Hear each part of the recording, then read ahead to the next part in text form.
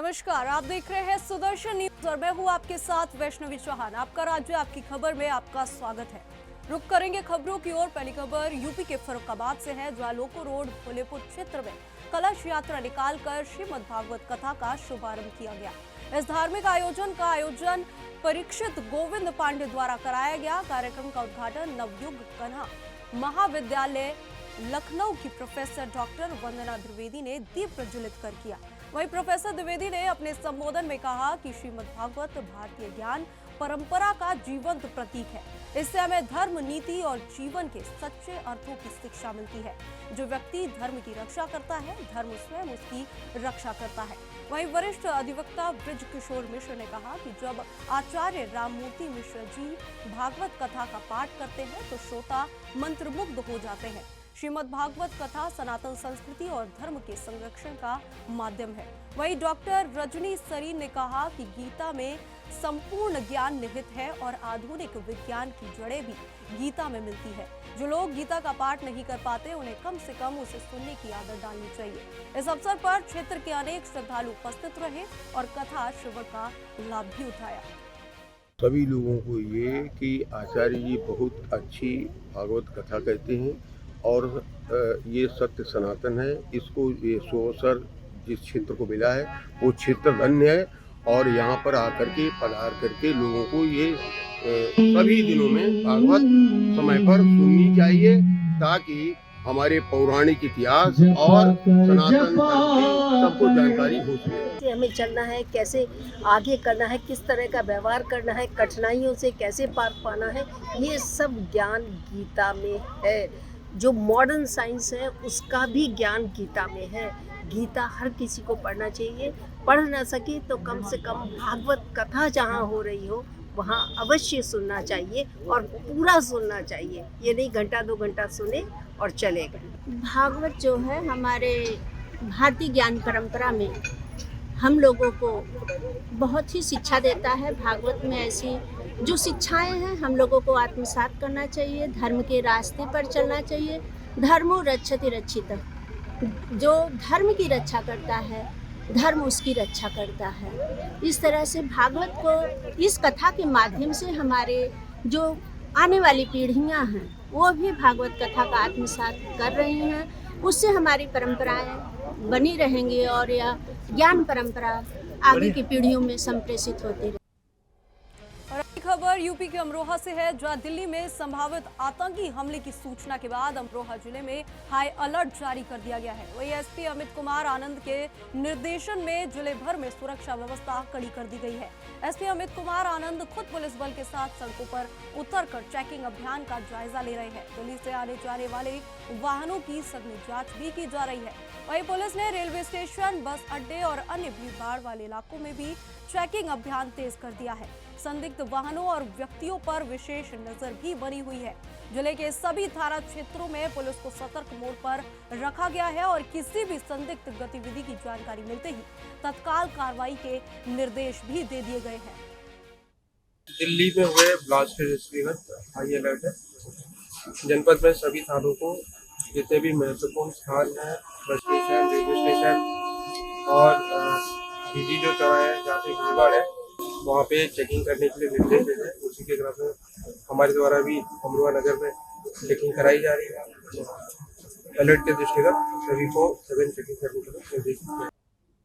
UP के फर्रुखाबाद में Sudarshan news एवं क्राफ्ट विला इवेंट मैनेजमेंट के हेडलूम हस्तशिल्प महोत्सव का जिलाधिकारी आशुतोष कुमार द्विवेदी ने फीता काटकर शुभारंभ किया। जिलाधिकारी आशुतोष कुमार द्विवेदी ने कहा कि सुदर्शन न्यूज चैनल की ये सकारात्मक पहल है, जो इस तरह के आयोजन हर स्तर पर सकारात्मक रचनात्मक सहयोग कर हैंडलूम हस्तशिल्प महोत्सव के आयोजन में अहम भूमिका निभाई।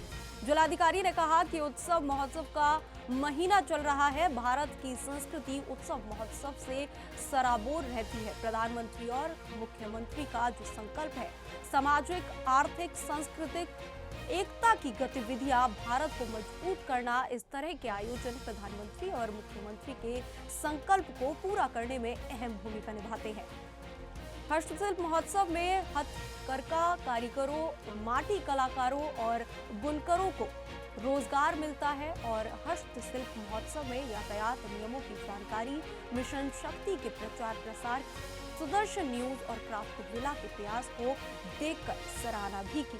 वहीं सुदर्शन न्यूज संवाददाता ऋषि सिंगर ने जिलाधिकारी आशुतोष कुमार द्विवेदी को प्रतीक चिन्ह भेंट कर सम्मानित भी किया। साथ ही क्राफ्ट विला के आयोजन पंकज सिंह लल्ला ने जिला अधिकारी का स्वागत सम्मान किया और मंच का संचालन अपनी मधुर वाणी में वैभव सिंह ने किया। सर, जो हस्तशिल्प महोत्सव है इसका उद्घाटन किया है आपने, क्या संदेश देना चाहेंगे आप यहाँ के आम जनमानस? उत्सवों का महीना चल रहा है और भारत की संस्कृति उत्सव महोत्सव त्योहारों में सराबोर रहती है। अभी भारत को बनाने की माननीय प्रधानमंत्री जी, माननीय मुख्यमंत्री जी का जो संकल्प है उसके तहत सामाजिक सांस्कृतिक एकता और आर्थिक गतिविधियों के साथ भारत को जोड़ते हुए मजबूत बनाने का ये प्रयास है। ऐसे मेला लोगों के मनोरंजन के, काव्य संवाद आदि के आदान प्रदान के और आर्थिक गतिविधियों को बेहतर बनाने में बहुत प्रभावी भूमिका निभाते हैं। ये जो फर्म है, संस्था है क्राफ्ट की, जो गौरव जी के नेतृत्व में स्थापित हो रही है, और सुदर्शन न्यूज की इसमें पूरी हर स्तर पर सकारात्मक, रचनात्मक, सहयोगात्मक जो स्वरूप है उसके लिए मैं प्रशंसा करता हूं और इसके सफलता की मंगल कामना करता हूं और सुरक्षा के सभी दृष्टि से इसको बेहतर बनाया जाए। जो भी जिला प्रशासन से यथायोग सहयोग की जरूरत पड़े उसके लिए हम लोग मदद करेंगे। यूपी के फर्रुखाबाद में गंगा नदी ने तेज कटान शुरू किया है, जहां अलमापुर, हेवतपुर और रूपपुर क्षेत्रों में किसानों की सैकड़ों बीघा भूमि फसल सहित नदी में समा गई। बाढ़ के बाद अब ये नई मुसीबत सामने आई है। जिला पंचायत सदस्य मनोज मिश्रा ने किसानों के साथ जिला अधिकारी से मुलाकात कर कटान रोकने की मांग की है। वहीं किसानों ने प्रशासन से तत्काल बचाव कार्य शुरू करने की भी अपील की है। गंगा नदी में आई विनाशकारी बाढ़ के बाद अब गंगा नदी ने कटान शुरू कर दिया, जिससे किसानों की सैकड़ों बीघा भूमि गंगा में समा रही है। हमारे साथ मौजूद हैं वहाँ के जनप्रतिनिधि और ग्रामीण, जिनसे हम बात करें क्या समस्या आ रही है, किस तरह से गंगा कटान कर रही है और लगभग कितने किसानों की जमीन अब तक गंगा में समाहित हो चुकी है। कटरी तौफीक से लेके और अजीजाबाद तक जितने भी गंगा नदी के किनारे गांव हैं, वो चाहे अचानकपुर हो, चंपतपुर हो, दुंधा हो, और आपका मसूदपुर पट्टी हो, या कटरी तौफीक हो, या रूपपुर मंगलीपुर हो, जो भी गंगा के किनारे, गड़िया हैबतपुर है उसमें शामिल, जो भी गंगा किनारे गांव हैं, अभी तक तो बाढ़ से आदमी परेशान था और बाढ़ से सारी फसलें नष्ट हो गई थी। जो उसका गन्ना की फसल बची हुई थी वो बाढ़ कम होने के बाद अब लगातार निरंतर कटती जा रही है। कम से कम 200-300 बीघा जमीन गंगा के किनारे किनारे हर गांव की गंगा में समाहित हो चुकी है। जिलाधिकारी के संबंध मांग करने आए, आप क्या समस्या है, क्या चाहते हैं, प्रशासन क्या सहयोग चाहते हैं? देखिए, पहले तो मेरी मांग तो ये बांध की चल रही है, लेकिन वो इतना जल्दी संभव नहीं है। उसमें विधायक जी ने आश्वासन दिया है कि 2 वर्ष लगेंगे, लेकिन अभी जो ठोकरें बन जाएं, पत्थर की ठोकरें अगर बन जाती हैं तो उससे क्या होगा कि कटान जो गांव की तरफ हो रहा है वो कटान दूसरी तरफ मूव कर जाएगा, जिससे कि फसल भी बच जाएगी और हमारा नुकसान भी बच जाएगा। सबसे अहम बात ये है कि बाढ़ का मुआवजा अभी तक किसी को मिला नहीं है। केवल 1 घंटा तक के लिए डाटा खोला गया था फीडिंग के लिए। तो आप बताइए 1 घंटा में फीडिंग कैसे हो सकती है, जबकि कम से कम दर्जनों गांव प्रभावित हुए हैं बाढ़ से और 1 घंटा में फीडिंग का समय खोला गया है। तो ना तो किसी को मुआवजा मिला है और जो गन्ना की फसल गई है उसका मुआवजा की मांग करने आए। खबर यूपी के वाराणसी से है, जहां दिल्ली के लालकोट के पास ब्लास्ट के बाद वाराणसी में रेड अलर्ट जारी कर दिया गया है। पुलिस कमिश्नर खुद सड़कों पर उतरकर सुरक्षा का जायजा ले रहे हैं। प्रमुख धार्मिक और पर्यटन स्थलों पर सुरक्षा बढ़ा दी है। रेलवे स्टेशन और भीड़भाड़ वाले स्थानों पर संदिग्ध व्यक्तियों को पूछताछ भी की जा रही है। प्रशासन ने लोगों से सतर्क रहने की खास अपील की है। देखिए, जो सूचना दिल्ली से प्राप्त हुई है कि वहाँ पर किसी तरह का ब्लास्ट हुआ है, उसके मद्देनज़र पूरे शहर में रेड अलर्ट घोषित कर दिया गया है। हमारे जितने भी वरिष्ठ अधिकारी हैं और जो बीट के कांस्टेबल हैं, सभी ऊपर से नीचे तक सभी लोग सड़कों पर पेट्रोलिंग कर रहे हैं। विशेष रूप से जो भीड़भाड़ वाले इलाके हैं, जैसे हमारे यहाँ कई फेमस प्रसिद्ध मंदिर हैं, हमारे यहाँ गंगा आरती के घाट हैं, इसके अलावा रेलवे स्टेशन, बस स्टेशन, यहाँ पर चेकिंग चल रही है। BDDS स्क्वाड और जो हमारा डॉग स्क्वाड है वो भी चेकिंग अभियान में जुटा हुआ है। सभी लोगों को ब्रीफ किया गया है कि यदि कोई संदिग्ध व्यक्ति या कोई संदिग्ध वस्तु दिखाई पड़े तो तत्काल BDDS टीम को वो सूचित करें। लावारिस वस्तुओं या लावारिस बैग उस पर विशेष रूप से ध्यान देने के लिए कहा गया है। इसी प्रकार से अनक्लेम्ड वाहन जो सड़कों पर खड़े रहते हैं उनकी चेकिंग के भी निर्देश दिए गए। यूपी के चंदौली की बलुआ पुलिस ने नंदेसर गांव में अवैध असला फैक्ट्री का भंडाफोड़ किया है। मौके से 3 तमंचे, उपकरण और कल पुर्जे बरामद किए गए हैं। बता दें कि संचालक संजय शर्मा गिरफ्तार हुआ, जबकि गिरोह के 5 साथी फरार बताए जा रहे हैं। असले 3000 से 4000 रुपए में बेचे जाते थे।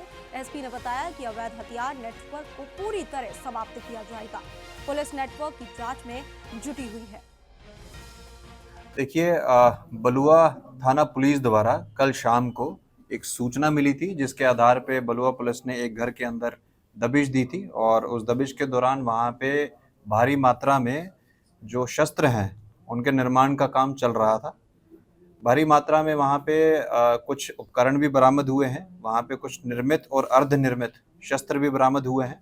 ये अवैध शस्त्र फैक्ट्री की जानकारी जो बलुआ पुलिस द्वारा जो वर्क किया गया है, इस क्रम में एक व्यक्ति है संजय शर्मा, उसकी गिरफ्तारी वहाँ मौके पे हुई है और इनसे जब पूछताछ की गई है तो 5 व्यक्तियों का और नाम सामने आया है, जिनकी गिरफ्तारी के लिए हम लोगों ने टीम बना दी है।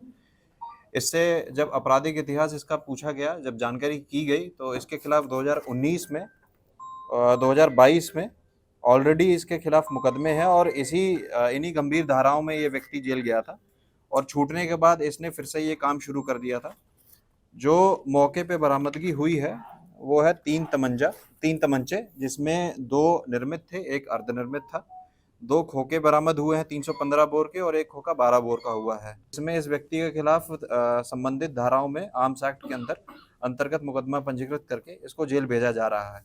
जानकारी के हिसाब से ये व्यक्ति 3 से 3,500 के रुपए में एक तमंचा बेचता था और इसको 2 से 3 दिन के अंदर एक तमंचा बनाने की बात बता रहा है। बाकी और भी पूछताछ इससे की गई है और अन्य अभियुक्तों की भी गिरफ्तारी। यूपी के फिरोजाबाद में कानून व्यवस्था मजबूत करने के लिए भारी पुलिस बल के साथ पैदल गश्त की गई है। रेलवे स्टेशन, बाजारों और भीड़भाड़ वाले स्थानों पर संदिग्धों व वाहनों की सघन जांच हुई। एएस टीम, डॉग स्क्वाड और ALIU ने भी हिस्सा लिया। वहीं सोशल मीडिया पर अफवाहें न फैलाने की चेतावनी दी गई है। पुलिस ने जनता को सुरक्षा का भरोसा भी दिलाया है। यूपी के प्रयागराज में माघ मेला 2026 की तैयारियां शुरू हो गई है। भूमि पूजन वैदिक मंत्रोच्चार के साथ हुआ, जिसमें पुलिस और मेला प्राधिकरण के अधिकारी शामिल रहे। इस बार 7 सेक्टरों में 800 हेक्टेयर क्षेत्र में मेला बसाया जाएगा। सुरक्षा के लिए 17 थाने, 40 चौकियां और पैरामिलिट्री तैनात रहेगी। वहीं पुलिस कमिश्नर ने कहा कि ये माघ मेला विशेष और सुरक्षित होगा। देखिए, 2025 का माघ मेले की तैयारियों के लिए पुलिस विभाग ने आज भूमि पूजन किया है माघ मेले का, और इस बार माघ मेला और भव्य होगा पिछले माघ मेलों की अपेक्षा, और उसमें हम लोगों ने पर्याप्त फोर्स भी उसी तरीके से हम लोगों ने तैनात करी है। इस बार 17 पुलिस थाने बनेंगे और 40 पुलिस चौकियां बनेगी। इसके अलावा ATS और अन्य संसाधन पुलिस की BDDS की टीमें, AS चेक टीमें ये पर्याप्त मात्रा में रहेगी और सुरक्षा व्यवस्था बहुत अच्छी रहेगी इस बार माघ मेले की। कुंभ मेले में जो पिछली बार कुछ नए एक्सपेरिमेंट्स किए गए हैं, पुलिस विभाग ने अच्छी तरह से ड्यूटियाँ की है, अच्छी तरह से पुलिसकर्मियों ने व्यवहार किया है, उसी तरह से उसी परंपरा को बनाए रखते हुए हम लोग पुलिस विभाग में ऐसे कर्मियों की यहाँ ड्यूटियाँ लगाएंगे जो श्रद्धालुओं को सुगम दर्शन करा सके और त्रिवेणी धाम का आनंद ले सके वो लोग जो श्रद्धालु यहाँ आएंगे। देखिए, यहाँ जो हर वर्ष माघ माह मनाया जाता है, जिसे हम कल्पवास कहते हैं, उसकी तैयारियों का आज एक तरह से जैसे रिबन कटना होता है, ऐसे ही ध्वज स्थापित हो गया प्रशासन की तरफ से, सरकार की तरफ से, कि इस प्रयागराज में जितने भी अतिथि हमारे आएंगे उनकी सुख सुविधाओं के लिए, उनकी सुरक्षा के लिए जो इंतजाम किएंगे, उसका आज एक तरह से भूमि पूजन करके ध्वज स्थापित करके यहाँ के देवी देवताओं से प्रार्थना की गई है कि हमारा जो माघ मेला, जो कल्पवास है, वो मंगलमय सकुशल चले।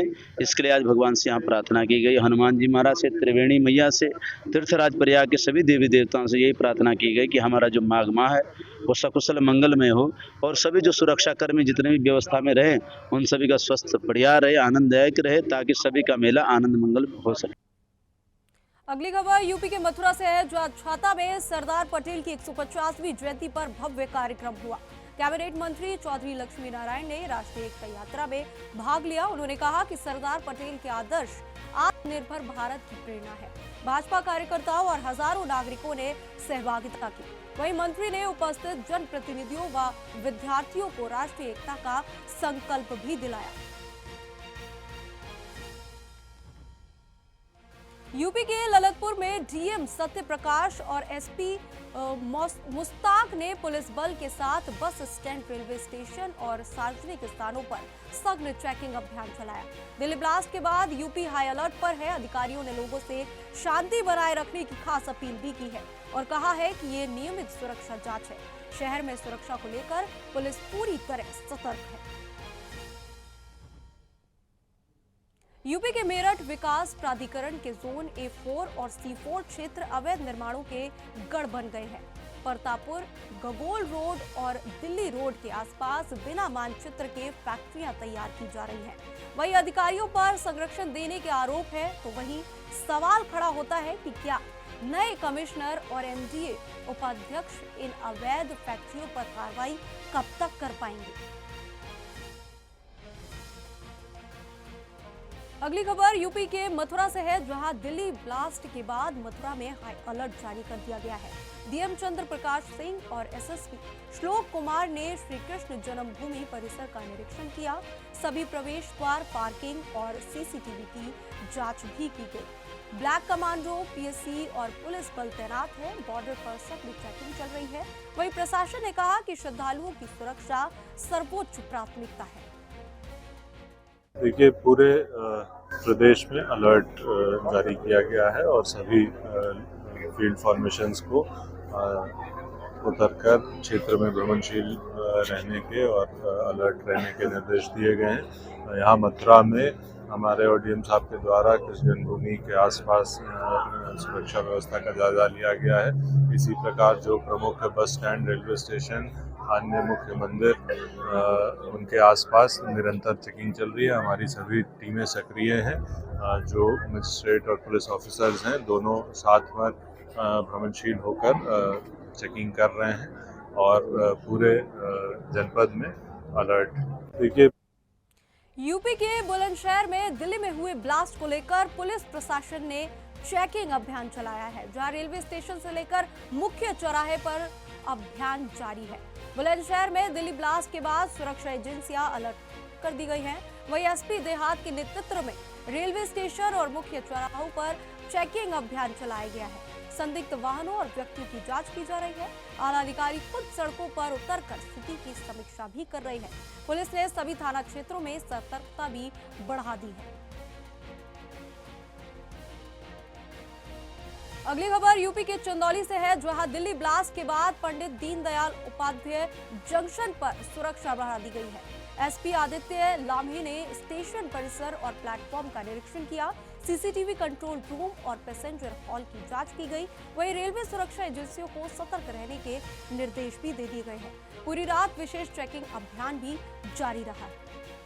आज यहाँ पे मुगलसराय रेलवे स्टेशन पे GRP, RPF और हमारे यहाँ के क्षेत्र अधिकारी सहित यहाँ पे जितने जो संदिग्ध लोग हैं रेलवे स्टेशन पे, प्लेटफॉर्म पे, उसके मद्देनजर रखते हुए यहाँ की जो चेकिंग की सुरक्षा है, जैसे जो एंट्री पॉइंट्स हैं और साथ में जो CCTV कंट्रोल रूम्स हैं, तो सभी चीज़ों की फंक्शनल एफिशिएंसी एक बार चेक की गई है और इसी के तहत विशेष ड्यूटीज़ लगाई गई हैं। साथ ही साथ बिहार में भी अभी वर्तमान में चुनाव हमारे डिस्ट्रिक्ट बॉर्डर पे की तरफ चल रहे हैं, तो बॉर्डर ड्यूटीज़ पे भी हम लोगों ने बॉर्डर्स पे भी ड्यूटीज़ लगाई हैं। बैरियर्स के थ्रू चेकिंग करवाई जा रही है और साथ ही साथ जो अन्य वाइटल इंस्टॉलेशन हैं उनकी सुरक्षा के मद्देनजर भी ड्यूटीज़ लगवाई हैं। आज मध्य प्रदेश के बुरहानपुर में समाजसेवी राजेश मावला ने यमराज का रूप धारण कर सड़क सुरक्षा का अनोखा संदेश दिया।